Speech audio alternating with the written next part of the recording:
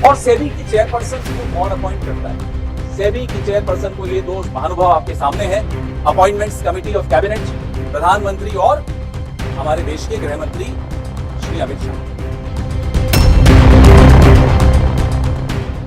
Hindenburg की report के बाद अडानी और सेबी चेयरपर्सन पे तो सवाल उठ ही रहे थे दोस्तों, लेकिन आज वो सवाल अडानी के सर से उतरकर खुद मोदी जी के सर पर चढ़ गया है। जी दोस्तों, कांग्रेस ने सेबी की चीफ माधवी बुरी पूछ को लेकर एक बड़ा खुलासा किया और कांग्रेस ने सेबी की चीफ माधवी पूरी बूच के खिलाफ सबूतों का पिटारा खोल कर रख दिया, जिससे एक बार फिर सेबी की चीफ की मुश्किलें तो बढ़ी ही, लेकिन साथ ही में मोदी जी भी इस धांधली के कटघरे में खड़े हो गए हैं। क्या है पूरा मामला, विस्तार से बताएंगे आज के इस वीडियो में, तो वीडियो के अंत तक जरूर बने रहिएगा। नमस्कार, मैं गेटी भावे और आप देख रहे हैं द कंटा। दोस्तों, हिंडनबर्ग की रिपोर्ट में तो ये पहले ही साफ हो गया था कि सेबी चीफ 2017 से 2024 तक सेबी की सदस्य और उसकी चीफ के हैसियत से साथ ही उन ऑफसोर्स कंपनी में हिस्सेदार भी रही हैं जो अडानी समूह के फाइनेंशियल अनियमितताओं से जुड़ी हुई थी, जो सेबी की कोड ऑफ कंडक्ट का सीधा सीधा उल्लंघन था। लेकिन उसके बावजूद आप देखिए, ना ईडी ना कोई सरकारी एजेंसी, कोई भी सरकारी एजेंसी की नाक इसे सूंघ नहीं पाई और ना ही मोदी सरकार। लेकिन अफसोस, सच्चाई को कोई कितना ही रोक पाएगा सामने आने से। आज कांग्रेस ने प्रेस कॉन्फ्रेंस में जो पवन खेरा ने जो खुलासा किया है ना दोस्तों, वो सरकारी महलों के अंदर घुसकर प्रश्न खड़े कर रहा है। पवन खेरा ने क्या कहा है, आप वो खुद सुनिए। सेबी की चेयरपर्सन माधवी पुरी बुच, ये 5 अप्रैल 2017 से 4 अक्टूबर 2021 तक, नेक्स्ट स्लाइड, आप जैसा देख पा रहे हैं, ये मेंबर थी, whole time member of SEBI. और उसके बाद ये चेयरपर्सन बनी सेबी की 2 मार्च 2022 को। The dates are right there in front of you, the dates on which she was whole time member and the date on which she was appointed chairperson of SEBI, very important dates. और SEBI एक regulator है। सेबी का role, जो उसकी भूमिका है, वो middle class, हम सब जो पैसा लगाते हैं मार्केट में, उस मार्केट को रेगुलेट करने की भूमिका सेबी की है, बहुत महत्वपूर्ण भूमिका है। और सेबी की चेयरपर्सन को कौन अपॉइंट करता है? सेबी की चेयरपर्सन को ये दो महानुभाव आपके सामने हैं, अपॉइंटमेंट्स कमेटी ऑफ कैबिनेट, प्रधानमंत्री और हमारे देश के गृह मंत्री श्री अमित शाह। माधवी पुरी बुच 2017 से 2021 तक सेबी की फुल टाइम मेंबर रही और 2022 में माधवी पुरी बुच को सेबी के चेयरपर्सन बना दिया गया। अगर यहां हम सेबी की चीफ के अपॉइंटमेंट की बात करें दोस्तों, तो कमेटी ऑफ कैबिनेट यानी एसीसी द्वारा नियुक्त किया जाता है, जिसमें प्रधानमंत्री नरेंद्र मोदी और गृह मंत्री अमित शाह भी शामिल होते हैं। कुछ समझे दोस्तों, म्यूचुअल फ्रेंडशिप नहीं लग रही है, उसकी कहानी नहीं दिखी। मानो 3 दोस्तों की मिली भगत की इस रिपोर्ट ने एक साथ हिंडनबर्ग में छाप दी। हालांकि ये आरोप है और अभी तक कुछ सिद्ध नहीं हो पाया है।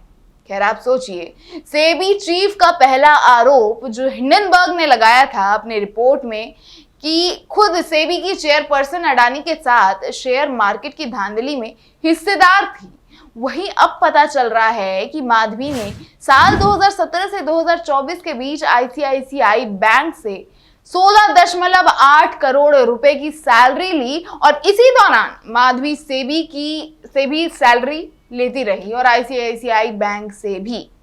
मतलब एक साथ, एक तो वो सरकारी कर्मचारी है, वो सरकारी अपना जो हिस्सेदारी है सैलरी का वो तो ले ही रही है, लेकिन साथ ही साथ वो दूसरे जगहों से भी सैलरी उठा रही थी, जो कि साफ साफ तरीके से नियमों का उल्लंघन है।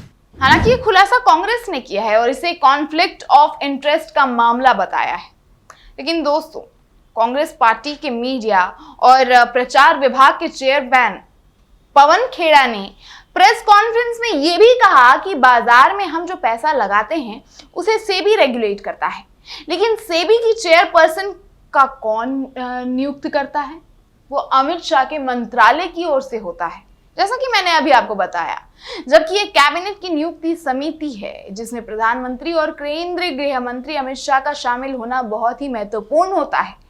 अब इस समिति के 2 सदस्य सेबी अध्यक्ष की नियुक्ति के लिए जिम्मेदार है, जिसके बाद उन्होंने सीधा मोदी सरकार पे सवाल लादते हुए कहा कि सवाल केवल सेबी या सेबी के चेयरपर्सन से नहीं पूछे जाएंगे, सिर्फ आईसीआईसीआई बैंक से नहीं होंगे, बल्कि सवाल खुद पीएम मोदी से भी होंगे और सबसे पहले उनसे ही पूछा जाएगा।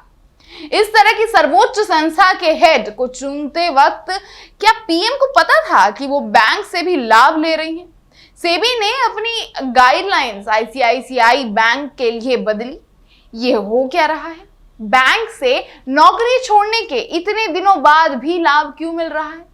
जिसके बाद पवन खेड़ा ने सवालों का पिटारा ही खोल दिया। आजकल पीएम मोदी गुस्से में है, पत्थर मारते हुए माफी मांग लेते हैं, तो कुछ बता दे कि सेबी की चेयरपर्सन को कौन बचा रहा है?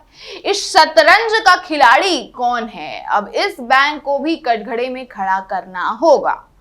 आईसीआईसीआई बैंक ने कहीं डिक्लेयर किया है कि सेबी की चेयरपर्सन को वो लाभ दे रहे हैं? हमें तो नहीं दिखा। अगर बैंक सेबी की चेयरपर्सन को सैलरी दे रहा है तो बदले में क्या मिल रहा है उसे? कांग्रेस की ओर से लगाए गए इन आरोपों पर माधवी बूच की अभी तक कोई प्रक्रिया नहीं आई है, पर इस कॉन्फ्रेंस से कुछ सवाल सामने उठ खड़े हो गए। मोदी सरकार के लिए कुछ सवाल हैं कि सेबी प्रमुख नियुक्ति के लिए क्या प्रक्रिया अपनाई गई थी? क्या पीएम मोदी को पता था कि माधवी बूच को लाभ के पद पर हैं? आईसीआईसीआई के मामलों की जांच कर रही सेबी की पूर्णकालिक सदस्य यानी फुल टाइम मेंबर आईसीआईसीआई से वेतन ले रही है। सेबी प्रमुख को कौन बचा रहा है और क्यों बचा रहा है? जबकि पवन खेड़ा ने आईसीआईसीआई बैंक से भी सवाल पूछा कि माधवी बूच को वेतन क्यों दिया जा रहा था, क्या इसकी जानकारी सार्वजनिक की गई थी?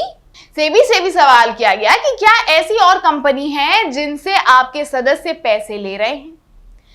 दोस्तों, भ्रष्टाचार को मिटाने के लिए जिन मोदी सरकार को 10 साल पहले चुना गया था, वो आज बड़े लोगों के साथ उठना बैठना बहुत ज्यादा करती हैं। अब ऐसे में ऐसी रिपोर्ट का सामने आ जाना, आप क्या कहिएगा? जबकि मोदी जी से खुद कोई पत्रकार सवाल पूछ ले कि अमीरों और गरीबों के बीच का अंतर इतना बढ़ता क्यों जा रहा है, तो उनका उत्तर आता है, तो क्या करें भाई साहब, अमीरों को भी गरीब कर दें। दोस्तों, अब ऐसे जवाबों पे आप प्रधानमंत्री जी को क्या काउंटर कर पाइएगा? खैर, ऐसे में तो अटल जी की कहावत ही याद आती है कि नेतागण आएंगे जाएंगे, पार्टियां बनेंगी टूटेंगी, लेकिन देश चलना चाहिए सही सलामत, बिना भ्रष्टाचार के चलना चाहिए। लेकिन अफसोस, एक ही पार्टी के 2 नेता की सोच में फिलहाल मतभेद देखा जा रहा है। खैर, आप क्या कहना चाहेंगे? आप इस रिपोर्ट पे अपनी राय हमें कमेंट बॉक्स में जरूर बताइएगा और देश दुनिया की तमाम खबरों पर नजर रखने के लिए जुड़े रहिए द कंटैप के साथ। धन्यवाद।